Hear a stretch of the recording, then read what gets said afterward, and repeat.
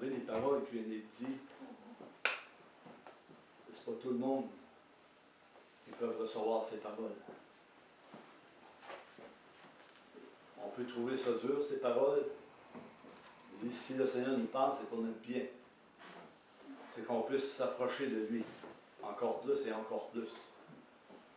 L'apôtre Paul disait aux frères et aux sœurs, prenez courage, combattez le bon combat, progressez constamment, de gloire en gloire, de progrès en progrès. Avancez. Ne regardez pas en arrière, mais avancez. Regardez en avant, parce qu'il y a des choses extraordinaires en avant. En arrière, c'est du passé. Le Seigneur a des choses merveilleuses en avant. Et s'il nous parle de cette façon, c'est parce qu'il y a quelque chose pour chacun d'entre nous. Amen. Je veux saluer tous ceux qui sont sur les réseaux sociaux, qui nous regardent sur Facebook, qui suivent l'Église de la Maison du Cep. Merci Seigneur pour ceux qui nous suivent. Que tu puisses les bénir, que tu puisses rencontrer chacun de leurs besoins également, Seigneur. Que tu puisses guérir ceux qui sont malades, que tu puisses délivrer ceux qui sont encore captifs dans les liens des ténèbres, que tu puisses venir les délivrer dans le nom puissant de Jésus. On commence la quatrième partie de ce message. Ce message s'intitule « Comment est notre fruit face au Seigneur et notre attachement au Seigneur ». Comment est le fruit d'un enfant de Dieu? Comment est un converti? On était rendu à la profession de la foi d'un converti. Un converti ne restera pas tout le temps converti. Il va devenir enfant de Dieu, il va devenir disciple, il va avancer de progrès en progrès. Tout dépendant que l'appel de Dieu fait dans sa vie. Ils peuvent devenir ministre, diacre, prophétesse, prophète, apôtre, évangéliste, docteur, pasteur. C'est Dieu qui choisit. Le converti n'a pas honte de témoigner de son appartenance en Jésus-Christ. Il n'a pas honte de témoigner de Jésus dans sa vie. Confesser, qu'on puisse confesser notre foi devant les hommes. Confessons que le salut a été accordé à tous ceux qui croient que Jésus est la résurrection et qui est la seule victime expiatoire qui a été offerte à l'humanité pour le pardon des péchés. Pour qu'enfin qu'on soit racheté des ténèbres à la lumière. C'était la mission de Jésus-Christ, de Jean-Baptiste et des apôtres. Pour que les péchés de quiconque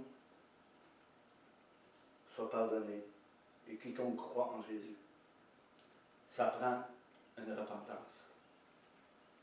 Pour cela, ça prend une repentance d'un cœur sincère et avoir une passion pour Christ, avoir une passion pour la parole de Dieu, avoir le désir de suivre Jésus, d'abandonner toutes nos petites affaires à nous. Et cela, c'est de progrès en progrès, ça ne sera pas comme ça. Mais si on met notre confiance en Dieu, si notre foi est appuyée sur la parole de Dieu, Dieu va le faire à chacun d'entre nous. Si, il y a beaucoup de si dans la parole de Dieu. Nous devons savoir que l'enfant de Dieu doit porter beaucoup de fruits. Et pour cela, il faut qu'il soit attaché au vrai cep, qui est représenté par Jésus-Christ lui-même. Jésus est le cep, il est le sauveur, il est le Messie. L'apôtre Jean, l'apôtre de l'amour, dira dans Jean 15, 16, on ne lira pas, c'est Jésus qui nous a choisis, et non nous. C'est Jésus qui est venu pour nous choisir, pour nous amener avec lui, pour nous instruire, pour qu'enfin, qu'on ait la vie éternelle en lui. Il est venu éclairer le monde, faisant connaître le Père à travers lui. Il disait ce qu'il attendait du Père, et il faisait ce qu'il voyait du Père. Jésus était la lumière qui éclaire les hommes, car les hommes étaient dans les ténèbres avant que Jésus ne vienne. Il est venu pour éclairer, pour bénir, pour répandre son amour au milieu de cette humanité. Pour qu'en fait qu'on ait la vie.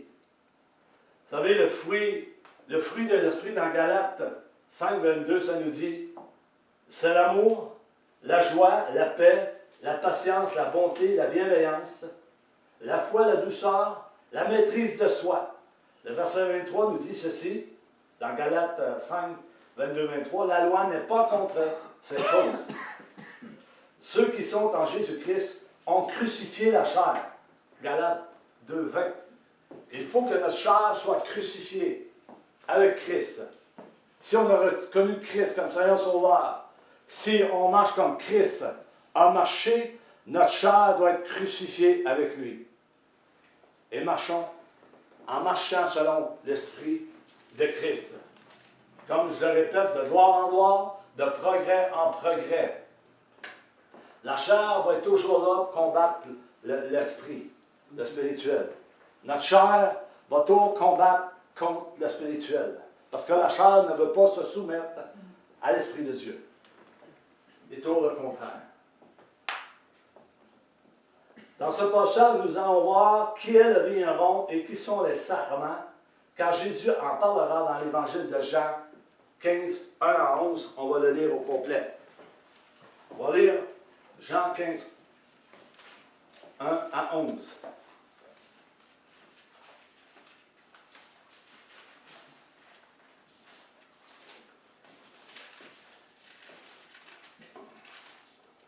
Jésus dira, je suis le vrai cep, et mon Père est le vigneron. Tout sarment qui est en moi, je fais une parenthèse, tout sarment qui est en moi, ça veut dire le sarment c'est nous, c'est les branches qui sont en Jésus-Christ, on est en Jésus-Christ. Tout sarment qui est en moi, et qui ne porte pas de fruit, il le retranche. Et tout sarment qui porte du fruit, il lui montre afin qu'il porte encore plus de fruits. Déjà, vous êtes purs à cause de la parole que je vous ai annoncée. Demeurez en moi et je demeurerai en vous. Comme le serment ne peut de lui-même porter du fruit, s'il ne demeure attaché au cep. Ainsi, vous ne le pouvez non plus, si vous ne demeurez en moi. Je suis le cep, vous êtes les sarments. Celui qui demeure en moi et en qui je demeure porte beaucoup de fruits. Car sans moi, vous ne pouvez rien faire. Si quelqu'un ne demeure pas en moi, il est jeté dehors comme le sarment et il sèche. Puis on ramasse les sarments, on les jette au feu et ils brûlent. Si vous demeurez en moi et que mes paroles demeurent en vous, demandez ce que vous voudrez et cela vous sera accordé. Si vous portez beaucoup de fruits, c'est ainsi que mon Père sera glorifié et que vous serez mes disciples. Comme le Père m'a aimé, je vous ai aussi aimé. Demeurez dans mon amour. Si vous gardez mes commandements, vous demeurez dans mon amour, de même que j'ai gardé les commandements de mon Père et que je demeure dans son amour. Je vous ai dit ces choses afin que ma joie soit en vous et que ma joie soit parfaite en vous. Amen. Jésus énumère beaucoup de choses dans ce contexte, concernant le sacrement, le vigneron, le cep, c'est lui. On va voir dans le message. La pensée de Dieu ici, c'est que ceux qui sont appelés, soient réellement convertis, attachés au cep, attachés à Jésus, attachés à Jésus-Christ et à son enseignement, et que leur fruit demeure en lui. Comme lui était attaché au Père lors de sa venue sur la terre. Comme homme. Jésus est venu comme serviteur sans rien négliger. Jésus n'a rien négligé. Il a marché selon l'esprit qu'il a reçu. Quand il est sorti du désert, il était rempli du Saint-Esprit. Il était couvert du Saint-Esprit. Il faisait ce qu'il entendait de son Père. Et l'Église doit faire la même chose. L'Église doit obéir à ce qu'il entend de l'Esprit, de la parole de Dieu, sans rien ôter, sans rien ajouter, mais de faire ce que la parole de Dieu dit. Paul dira dans Philippiens 2,12. Paul dira dans Philippiens 2,12, « Travaillez à votre salut avec crainte et tremblement. » Travaillez à votre salut. Comment on peut travailler à notre salut? Mais ça se trouve dans la prière, dans la lecture, dans la louange, dans l'adoration, dans les études, d'un approchement vers Dieu. Si on veut recevoir de Dieu, si on veut voir la gloire de Dieu, si on veut sentir l'Esprit de Dieu en nous, il faut se rapprocher de Dieu. Il faut se rapprocher de lui. Il faut croire ce que la parole dit et non enlever ce que la parole dit, parce que plusieurs ont enlevé beaucoup de choses de la parole de Dieu parce que ça ne faisait pas leurs affaires et ça ne fait pas encore aujourd'hui leurs affaires. Mais je vous dis qu'il y a une réforme qui vient, que Dieu va tout renverser, que tout ce qui a été dit, Dieu va renverser parce que c'est une réforme que Dieu veut. Il veut que nous nous repentions et nous reconnaissions que sa parole est oui et amen, et aucun trait de lettre ni une virgule va être enlevé de sa parole. Plusieurs ont enlevé ces choses. Ils seront responsables devant Dieu. Cela leur regarde eux. Mais moi, je vous dis qu'il y a une mission apostolique, une réforme qui va se faire, peu importe que ça nous plaise ou que ça ne nous plaise pas, Dieu va le faire. Il va renverser tous les règlements que les hommes ont mis. Ils ont mis des règles. Dieu dit dans sa parole, puisque vous avez mis vos règles, je vais mettre mes règles. Et mes règles vont être règle sur règle. Et vous allez connaître que c'est moi Dieu et non pas vous. C'est moi qui agis et non pas vous. C'est moi qui guéris et non pas vous. C'est moi qui accomplis et non pas vous. C'est ça que l'Esprit de Dieu dit à son Église. Et un converti qui a donné sa vie à Christ, qui s'est fait baptiser, qui s'est repenti et qui a reconnu ses péchés, va le voir. Lui reconnaît ces choses. Ces gens vont reconnaître ces choses. Et ils vont avoir un tremblement en eux. Ils vont avoir la crainte de Dieu en eux. Et qui va le faire? Dieu le fera, parce qu'il connaît les cœurs. Dieu connaît les cœurs et amène les cœurs là où il veut. C'est un exemple de Pharaon. Il endurcit le cœur de Pharaon pour qu'enfin de montrer à Pharaon la puissance de Dieu. La puissance qu'il pouvait faire, le Seigneur. Et le Seigneur va faire ceci dans les derniers jours. Il va montrer sa puissance à l'humanité. Comme qu'il a montré à Pharaon, à l'Égypte, pour sortir son peuple d'Égypte. Et Dieu veut sortir son Église de l'Égypte. L'Égypte représente le monde. Le monde est entré dans l'Église. Dieu veut sortir l'Église de l'Égypte. Dieu veut sortir l'Église de ce monde. Dieu veut que l'Église marche dans ses commandements et ses préceptes et ses règles sur règles, en étant dans l'amour, en étant dans la repentance, converti, sanctifié, mis à part pour Dieu. C'est ça que Dieu recherche. Il ne recherche pas autre chose que ça. Il veut que l'Église puisse le glorifier lui. Dieu, c'est un Dieu jaloux. On ne peut pas servir de Dieu. L'Église ne peut pas servir des idoles et servir Dieu. On sait ce qui s'est passé avec le peuple d'Israël dans le désert. C'est la même chose aujourd'hui, frères et sœurs bien-aimés. On ne passera pas à côté de ça. C'est la parole de Dieu, la parole vivante. Marchez par l'Esprit. Galates 5,16. Paul dit, marchez par l'Esprit que vous avez reçu, et vous n'accomplirez pas les désirs de la chair. Car les désirs de la chair sont contraires à celui de l'Esprit, comme je disais tantôt. Sont contraires. Ils ne s'accordent pas ensemble. Puis l'ennemi habite dans la chair. Il ne peut pas habiter dans l'Esprit de Christ. Il habite dans la chair. Et il fait la guerre aux saints. Il fera la guerre de plus en plus aux saints. Mais les saints sont victorieux en Jésus-Christ parce qu'ils le savent, qu'ils ont un combat dans la chair et ils ont un combat spirituel à combattre. Dieu veut que nous marchions dans l'obéissance de ses commandements et si nous marchons dans l'obéissance de ses commandements, nous resterons attachés à ce qu'il nous a enseigné et nous allons porter du fruit pour son nom. Sinon, il va retrancher tous ceux qui ne portent pas de fruits, et même ceux qui prononcent son nom. Les démons prononcent son nom. Beaucoup prononcent le nom de Jésus-Christ de Nazareth. Mais la parole de Dieu dit que les serments qui sont en moi, s'ils ne portent pas de fruits, il va les retrancher. Puis retrancher, on va le voir tantôt, qu'est-ce que ça veut dire.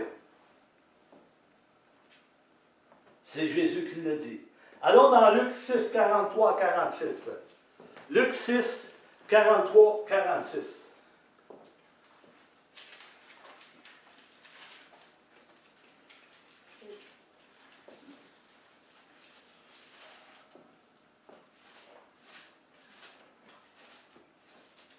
Luc 6, 43, 46. Jésus leur répondit, « Ne murmurez pas entre vous. Nul ne peut venir à moi si le Père qui m'a envoyé ne l'attire, et je le ressusciterai au dernier jour. » Luc 6, 43. Luc 6, 43.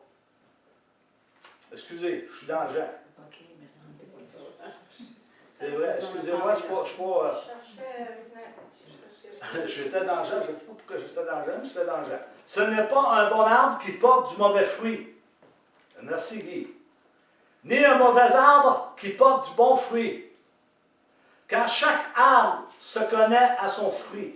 On ne cueille pas des figues sur des épines et l'on ne vendange pas des raisins sur des ronces. L'homme bon tire de bonnes choses du bon trésor de son cœur. Et le méchant tire de mauvaises choses de son mauvais trésor. Car c'est de l'abondance du cœur que la bouche parle. Pourquoi m'appelez-vous Seigneur, Seigneur, et ne faites-vous pas ce que je dis? Le Seigneur est en train d'avertir quelques-uns d'entre nous. Pourquoi vous me dites Seigneur et Seigneur, et vous ne faites pas ce que je vous dis? Et cette parole a été dite plusieurs fois au milieu du corps de Christ, mais c'est comme si on n'a plus d'oreilles pour entendre. On n'entend plus ce que l'Esprit dit, puis on n'est pas attentif à ce que le Saint-Esprit nous dit. Vous comprenez? Puis ça arrive à tout le monde. Mais Dieu parle à nos cœurs. Dieu nous aime tellement, il va reparler et reparler et reparler pour nous avertir du danger de la fin. C'est un Dieu puissant. Dans l'Évangile, venez avec moi dans l'Évangile de Matthieu 15, 10, 13. Jésus va s'adresser aux pharisiens et à leur tradition. Les pharisiens avaient leur tradition. Les pharisiens et les scribes avaient leur tradition. Les pharisiens et les scribes passaient leur temps à défier Jésus. En défiant Jésus, ils défiaient la loi de Dieu. Jésus est l'accomplissement de la loi et les prophètes. Ils défiaient Jésus-Christ de Nazareth en personne. Ils défiaient la parole qui était prononcée contre Jésus. Et aujourd'hui, plusieurs défient la parole de Dieu, défient l'Esprit de Christ qui parle au milieu de l'Église. Les scribes étaient comme ça, les pharisiens étaient comme ça. Pourtant, Jésus était au milieu d'eux. Ils savaient qu'est-ce qui était écrit dans Isaïe. Ils avaient des rouleaux, ils lisaient à tous les jours. C'était des scribes, des pharisiens. Ils savaient, c'était des hommes qui respectaient la loi de Moïse. Ils savaient très bien que Moïse avait dit, Dieu vous suscitera un prophète comme moi et vous l'écouterez. savait très bien. Et aujourd'hui, c'est la même chose. La même chose aujourd'hui dans l'Église. Qui veut écouter Jésus-Christ? Qui veut écouter le Saint-Esprit? Non, on est mieux écouter les hommes. Ah, les hommes ont des beaux programmes, des belles choses, on va les écouter eux. On n'écoutera pas l'Esprit de Christ. On est bien dans notre confort, on est bien de la manière dont ça fonctionne. C'est comme ça a fonctionné depuis des années et on n'enlèvera pas ça. Mais Jésus, quand il est rentré dans le temple, il a tout renversé les tables. Il dit, vous allez m'enlever ça dans mes jambes. C'est pas ça que je veux dans ma maison. Ma maison sera remplie de maisons de prière. Et non une maison de commerce et de voleurs. Je suis venu pour rétablir le royaume au milieu de mon peuple. Le zèle de ta maison me dévore. Vous savez, frères et sœurs, le zèle que Dieu a mis en chacun d'entre nous, il est toujours là. Il y a une union qui fume encore dans quelques-uns. Il y a un zèle qui brûle en dedans de nous. Il y en a qui n'en parlent pas. Sont plus réservés, sont plus à part. Ils n'en parlent pas. Et ils savent. Ils savent que, à un moment donné, Dieu va agir. Dieu agit, mais Dieu va agir spontanément. Comme ça. Comme qu'il a agi dans le temps de Noé. Personne ne s'est douté de rien. Il avait averti l'Église. Il avait averti le corps de Christ. Alléluia. Il avait averti le corps de Christ. Et l'Esprit avertit encore le corps de Christ aujourd'hui.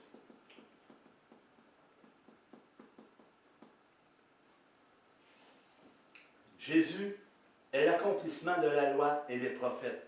Jésus n'est pas venu abolir la loi et les prophètes. Il est venu l'accomplir parce que la parole de Dieu parle du Christ à partir de Moïse jusque dans le Nouveau Testament. Moïse a dit, Dieu va vous susciter un prophète comme moi. Il parlait de lui-même, il parlait de Christ. Puis il a dit, écoutez-le. Le peuple de Dieu n'a pas écouté la voix prophétique du Christ, la voix prophétique de Jean-Baptiste, et encore aujourd'hui, ils ont de la difficulté à entendre la voix prophétique de Dieu. Pourquoi? Parce qu'ils regardent à l'homme. Ils regardent aux circonstances. Ils regardent l'homme de Dieu, il est tellement surveillé, il est tellement épié. Aussitôt qu'il va avoir une occasion pour prendre au piège l'homme de Dieu, ils vont le faire comme qu'ils l'ont fait avec Jésus. Sans compassion, sans amour, sans discernement, ils vont le faire. C'est ça qu'ils vont faire. Puis ça sort aujourd'hui. Ben, je prie Dieu qu'il puisse ouvrir les yeux de nos cœurs, qu'on puisse voir le Saint-Esprit et la personne de Jésus-Christ agir au milieu de nous, au milieu de nos frères, au milieu de nos sœurs, au milieu de cette génération d'Église qui s'en va vers la décadence. Et on fait partie de l'Église, nous aussi. Nous devons nous repentir, nous aussi, devant Dieu, tous les jours. Si on parle de péché, pas personne pêche aujourd'hui. Pas personne ne peut pécher aujourd'hui. Parce qu'ils ont enseigné la grâce comme cela. On est sauvé par grâce, c'est un don gratuit qu'on a reçu. Il n'y a plus de péché. Mais ils n'ont jamais compris la parole de Dieu. Paul a parlé à un moment donné à des serviteurs de Dieu. Vous ne connaissez pas Dieu du tout. C'est ça que dit Paul. Il ne s'est pas gêné de le dire, Paul. Et puis il ne s'est pas gêné pour le dire, Paul. Où s'est ramassé, Paul? En prison. Il s'est fait battre. Il a été maltraité. Mais, on ne veut pas être maltraité comme ça. Nous autres, l'Église, voyons donc, on va cacher la vérité, on va la retenir captif en nous, on ne le dira pas. Mais on va en rendre compte, par exemple. Si tu ne souffres pas là, tu vas souffrir ailleurs. Paul a souffert sa vie. Il a donné sa vie. Et l'Église doit donner sa vie comme Paul de Tarse l'a donné, comme tous les apôtres l'ont donné. Peu importe le résultat, peu importe ce qui peut arriver. Dieu est avec nous. Si Dieu est avec nous, qui va être contre nous? Personne ne va être contre nous. Paul, il se réjouissait d'être battu. Pierre avec, hey, on s'est fait affliger pour le nom de Jésus-Christ.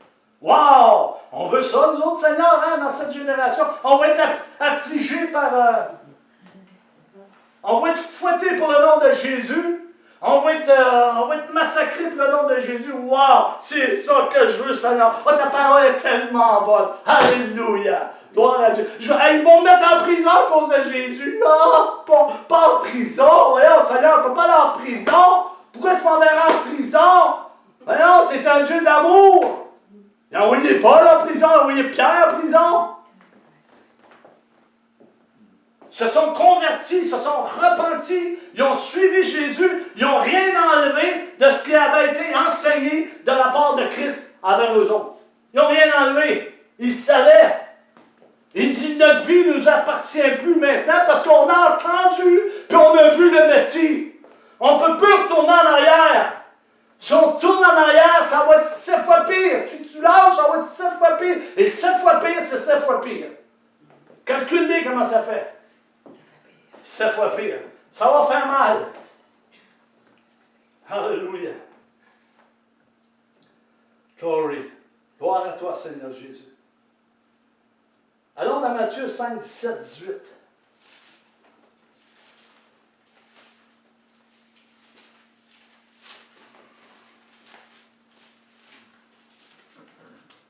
« 5, 17, 18.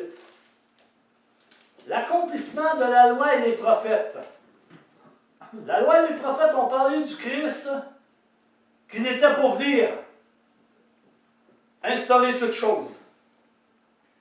Ne croyez pas, c'est Jésus qui parle, ne croyez pas que je sois venu pour abolir la loi et les prophètes. Je suis venu non pour abolir, mais pour accomplir. Car je vous le dis en vérité, tant que le ciel et la terre ne passeront point, tant que le ciel et la terre sont, on va le voir, que tout est là présentement, il n'y a rien qui va passer, ils ne passeront point. Il ne disparaîtra pas de la loi un seul iota ou un seul trait de lettre jusqu'à ce que tout soit arrivé. Autrement dit, que le ciel et la terre vont être là aussi longtemps que la chose va arriver, que sa parole va exister, que sa parole va être dite, que sa parole va être proclamée à l'humanité.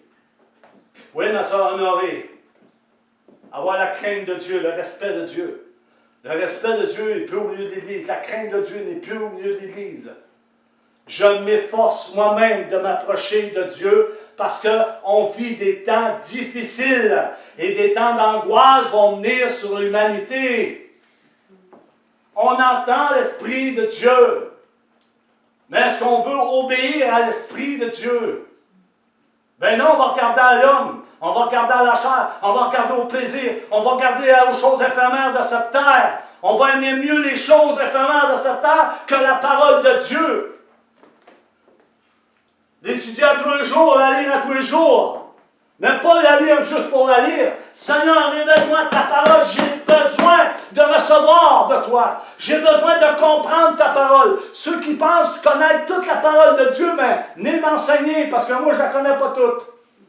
Ni me dire qu'est-ce que vous savez, parce que je veux savoir. Je veux savoir. Je veux connaître de plus en plus Jésus-Christ. Paul dit, je cours. Je ne crois pas l'avoir saisi encore, mais je cours pour le saisir, pour le connaître encore. Est-ce que je le connais encore? Est-ce que l'Église connaît réellement Jésus-Christ? Regardons les enseignements, regardons ce qui est dit. Je ne crois pas que tous connaissent la personne du Seigneur Jésus-Christ. Parce que ça ne serait pas comme ça. Ah, c'est peut-être, Église, qu'on est peut-être des chouchous, nous, comme Jean, l'apôtre de l'amour. On est des chouchous, il ne nous arrivera rien. Puis on est correct, comme ça, dans notre confort, puis nos plaisirs, puis toutes ces choses-là. Dieu parle à l'Église. Il parlera encore à l'Église. Il parlera encore aux ministres de chaque Église. Il parlera au ministère. Il parlera aux familles. Il parlera à celui qui est seul, celui qui est éloigné, celui qui est dans la boue. Dieu parlera encore parce que c'est un Dieu d'amour. Mais il y a des exigences au milieu de la parole de Dieu. Il y a des conditions, on va le voir tantôt. Il y a avec des si, des ceux, des quiconques. Il y a des conditions au milieu de la parole de Dieu. Mais les Bénis ont tous lâché ça, ces affaires-là. Ils ont tout mis ça de côté, tout est bout, tout est rose. C'est notre plan. C'est notre plan, Seigneur. On ne t'écoute plus, c'est notre plan. On va faire ce qu'on veut faire. C'est pas parce que c'est mauvais qu'est-ce qu'ils font. Mais c'est pas dirigé par l'Esprit de Dieu. On ne consulte plus Dieu. Depuis que j'ai ouvert l'église à la Maison du Cercle, je passe mon temps à demander à Dieu, que veux-tu que je fasse pour toi? Parce que sans toi, je ne peux rien faire. Rien, absolument rien faire. Je peux faire des œuvres, je peux ouvrir des locales, je peux faire ci, je peux faire ça. Mais si ça ne vient pas de toi, c'est zéro. C'est zéro.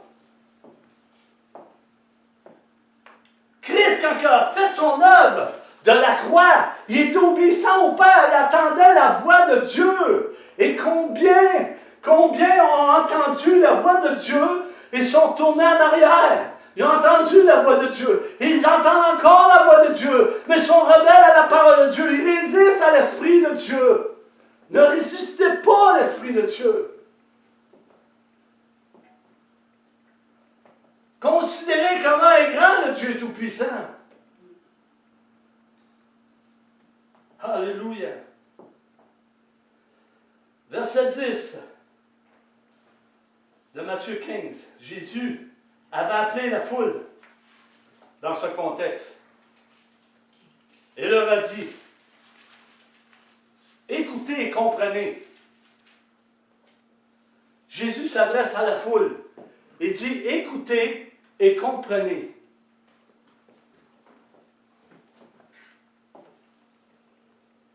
L'amour est l'accomplissement de la loi. Qui accomplit la loi? Jésus-Christ a accompli la loi. Les prophètes ont accompli la loi. L'amour est l'accomplissement de la loi. Christ est amour et l'accomplissement de la loi parce qu'il a donné sa vie pour l'humanité. Qui veut donner sa vie comme Christ l'a donné? Qui veut se faire crucifier comme Christ s'est fait crucifier? Qui veut perdre vraiment sa vie? Qui veut payer vraiment le prix? Peu importe la manière qu'on peut mourir, Dieu est avec nous. Pierre il a subi la mort. Et combien de disciples subissent la mort, même aujourd'hui?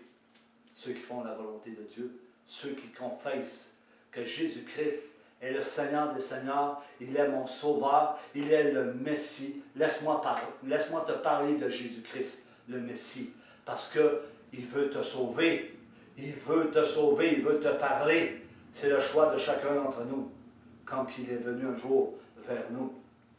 C'est lui qui m'a choisi, c'est pas moi qui l'ai choisi, comme on a lu tantôt, dans Jean 15, 16. Jésus parlera de nouveau de la loi et les prophètes en Matthieu 22, 34, 40. On ne lira pas parce que ça va être trop long. Jésus dit dans ce contexte, il dit ceci. Et résume le devoir moral de l'homme en deux catégories. L'amour de Dieu et l'amour pour le prochain. Qu'est-ce que dit Jésus dans ce contexte? L'amour pour Dieu, tu aimeras le Seigneur de tout ton cœur, de toute ta force et de toutes tes pensées. Et l'amour pour le prochain, tu aimeras ton prochain comme toi-même. N'est-ce pas? C'est écrit dans le livre de Lévitique également. Tu aimeras ton prochain comme toi-même. Matthieu 15, verset 11. Jésus leur dit, ce n'est pas ce qui entre dans la bouche qui souille l'homme, mais ce qui sort de la bouche, c'est ce qui souille l'homme. Verset 12. Alors ses disciples s'approchèrent et lui dirent, sais-tu que les pharisiens ont été scandalisés des paroles qu'ils ont entendues?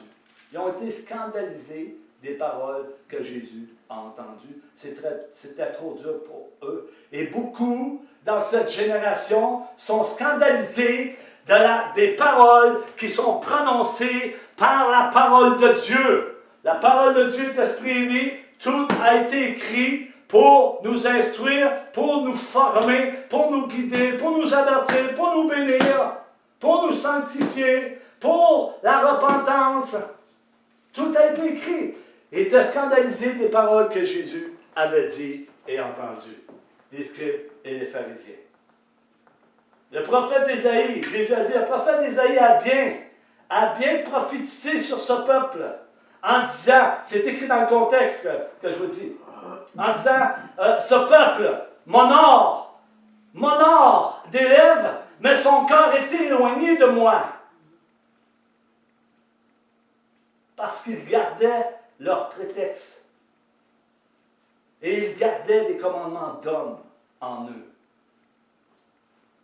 Pourtant, les scribes, les pharisiens connaissaient la loi. Pourtant, les pharisiens, ils attendaient le Messie. Ils savaient. Pourtant, ils connaissaient le commandement de Moïse. Moïse a dit le commandement. Tu aimeras le Seigneur ton Dieu de tout ton cœur, de toute ta force, de toutes tes pensées. Et tu le serviras lui seul. Jésus est venu, il a dit le même commandement. Il dit, je vais en vous dire à nouveau, qui est semblable au premier. Tu aimeras ton prochain comme toi-même. Il n'a pas plus grand commandement que ces deux commandements qu'on doit observer. C'est Jésus-Christ qui l'a dit. Jésus, au verset 13, va répondre. Il répondit, toute plante qui n'a pas planté mon Père céleste sera déracinée. Toute plante que n'a pas planté mon Père sera déracinée. Jésus va répéter les mêmes paroles. Il dira dans l'évangile de Jean 15, 2. Tout sarment qui est en moi, pourtant Jésus l'avait choisi, tout sarment qui est en moi et qui ne porte pas de fruits, il le retranche. Et tout sarment qui porte du fruit, il lui montre afin qu'il porte encore plus de fruits. Qu'il l'émonde. Ce passage va nous montrer les trois conditions que nous devons remplir pour notre vie soit remplie de fruits. Un enfant de Dieu doit porter du fruit. Vous savez, un arbre dehors, si on voit un pommier, il a plein de pommes pourries, il ne porte pas beaucoup de fruits, le pommier. Puis il y a même des pommes pourries qui sont au milieu de ceux qui sont trop belles. Ça peut pourrir ceux qui sont belles aussi. Fait que Jésus parle du sarment. On voit les trois conditions. Plusieurs diront, il y a des conditions pour marcher avec Jésus. Bien oui qu'il y a des conditions pour marcher avec Jésus. Il y a des conditions certaines pour marcher. Pensez-vous qu'on va marcher avec Jésus comme si rien n'était? On a reçu une grâce gratuite, puis on va marcher comme qu'on veut. On va pécher, on va pratiquer le péché, on va faire ce qu'on veut. On ne suivra pas la parole de Dieu. On va faire ce qu'on veut. Mais en grande partie, l'Église fait qu'est-ce qu'elle veut en ce moment. Elle fait ce qu'elle aime faire, sans nécessairement suivre les instructions de la parole de Dieu, sans suivre les conditions d'un enfant de Dieu pour porter du fruit. Il y a des conditions pour porter du fruit. Et il y a 80 versets qui disent si. Jésus a dit, je crois que c'est dans Jean 7, 37, il dit, si quelqu'un a soif, qu'il vienne à moi et qu'il boive. Il dit, si quelqu'un a soif, qu'il vienne à moi.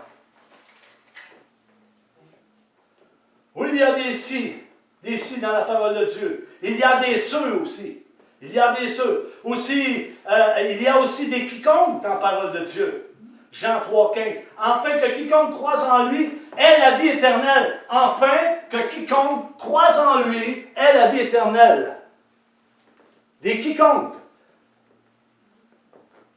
Afin que quiconque Je suis un quiconque, j'ai cru à la parole de Christ et j'ai donné ma vie. C'est une condition de croire et de donner ta vie à Christ. Romains 8.1. Il n'y a donc maintenant aucune condamnation pour ceux qui sont en Jésus-Christ. Plusieurs fois, ce passage a été écrit au milieu de l'Église, mais il n'y a pas eu vraiment d'explication par rapport à ce verset. Il n'y a maintenant aucune condamnation pour ceux qui sont en Jésus-Christ, pour ceux qui marchent selon l'Esprit de Christ. Et non pour ceux qui marchent selon la chair. Si on marche selon la chair, on n'est pas en Jésus-Christ. On est dans la chair, puis on accomplit les œuvres de la chair. Et les œuvres de la chair, c'est la mort. On ne peut pas marcher en Jésus-Christ si on marche dans la chair. Constamment dans la chair. Romains 8.9. Si quelqu'un n'a pas l'Esprit de Christ, il ne lui appartient pas. Dans quelle condition? Si tu n'as pas l'Esprit de Christ ce matin, demande l'Esprit de Christ qui vienne sur toi, qui te remplisse de ses eaux vives.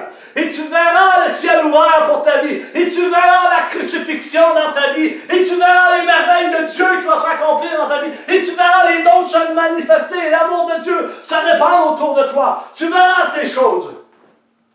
Mais si, il y a des si. Un converti, il y a des si. Tu te convertis. Si tu passes par les eaux du baptême, si tu te repens, si tu confesses tes péchés, tu recevras le don du Saint-Esprit. Si, il y a des si dans notre vie, il y a des si qui est pointé au milieu de chaque enfant de Dieu, de chaque personne qui peut se dire enfant de Dieu, ou disciple de Dieu, ou ministre de Dieu, ou converti de Dieu. Romains 8.13. Si par l'Esprit vous faites mourir les actions du corps, vous vivrez. Il y a un si. Si par l'Esprit nous faisons mourir les actions du corps, on va vivre. Mais si on les pratique et les pratique et les pratique, on va mourir. On va se sécher. Et si on les laisse faire, c'est parce que l'Esprit de Christ n'est pas en nous. On doit avoir une bonne conscience de ce qu'on a reçu. Ce qu'on a reçu, c'est l'Esprit de Christ en nous. Sanctifiez donc l'Esprit de Christ dans vos cœurs. Il y a diversité d'opinions au sujet de Christ, de Jésus. Il y a diverses opinions sur Jésus. Et on a vu dans l'Ancien, on a vu au milieu de l'Église, et il y en a encore. Jean 7, 37, Jésus, comme j'ai dit ça, dira ceci à ceux qui l'écoutaient. Il y en a qui écoutaient Jésus. Le dernier jour, le grand jour de la fête, Jésus se tenant debout s'écria, si quelqu'un a soif. Jésus est ici, devant nous. Il nous montre une bouteille. On est dans le désert, ça fait 30 jours. Est-ce que quelqu'un a soif? Si tu viens boire, là, ta faiblesse, tu n'auras plus, tu vas être fort. Je vais te redonner la vie. Tu vas être vivifiant de mon esprit. Tu vas obéir à ce que je t'ai dit. La personne va aller boire. Il n'y a pas personne qui n'ira pas boire, je pense pas. Va aller boire. Alléluia.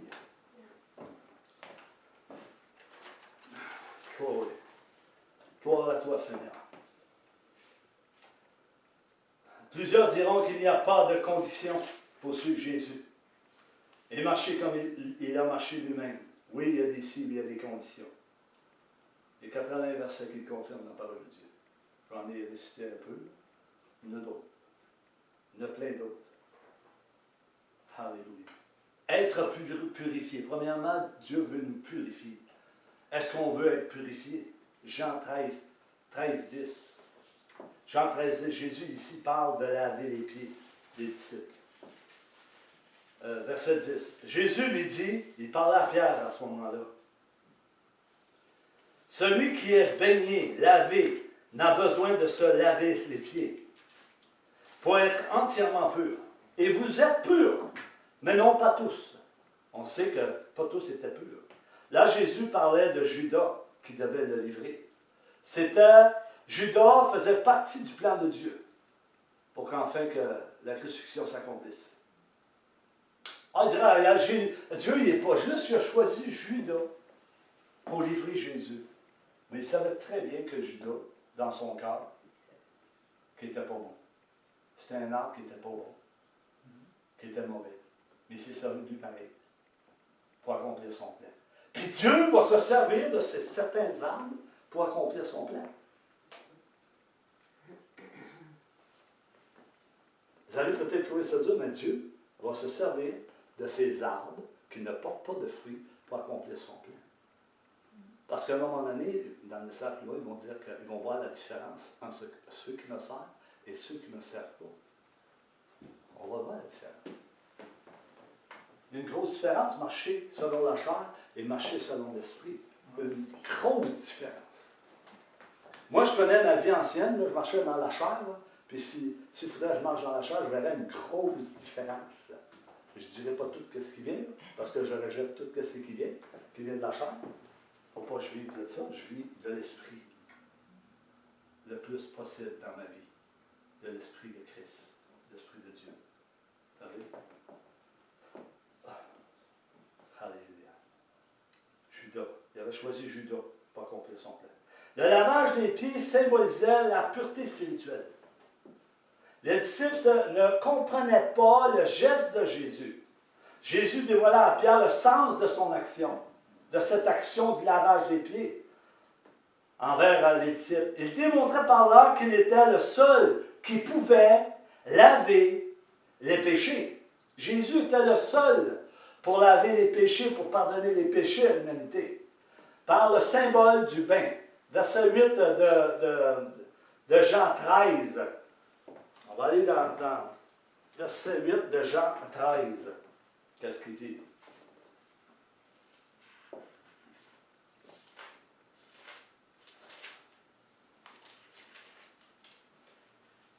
Jean 13, verset 8.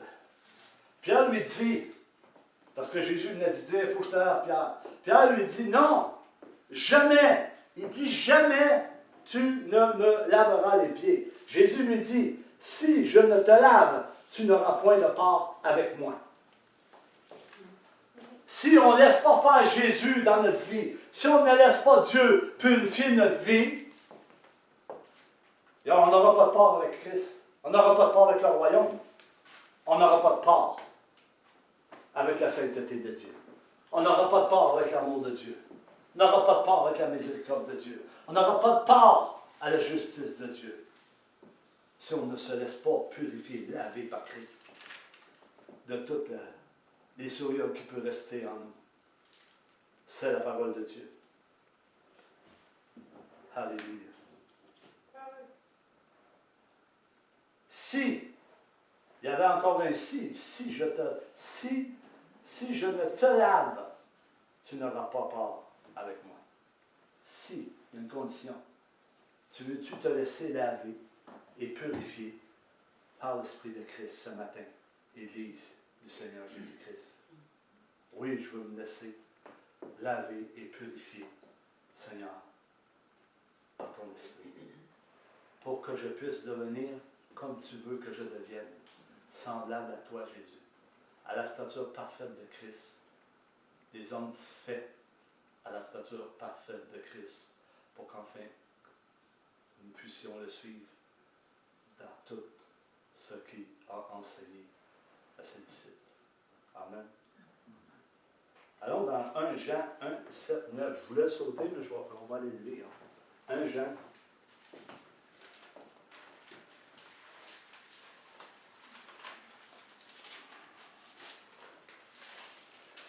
1 Jean 1, verset 7.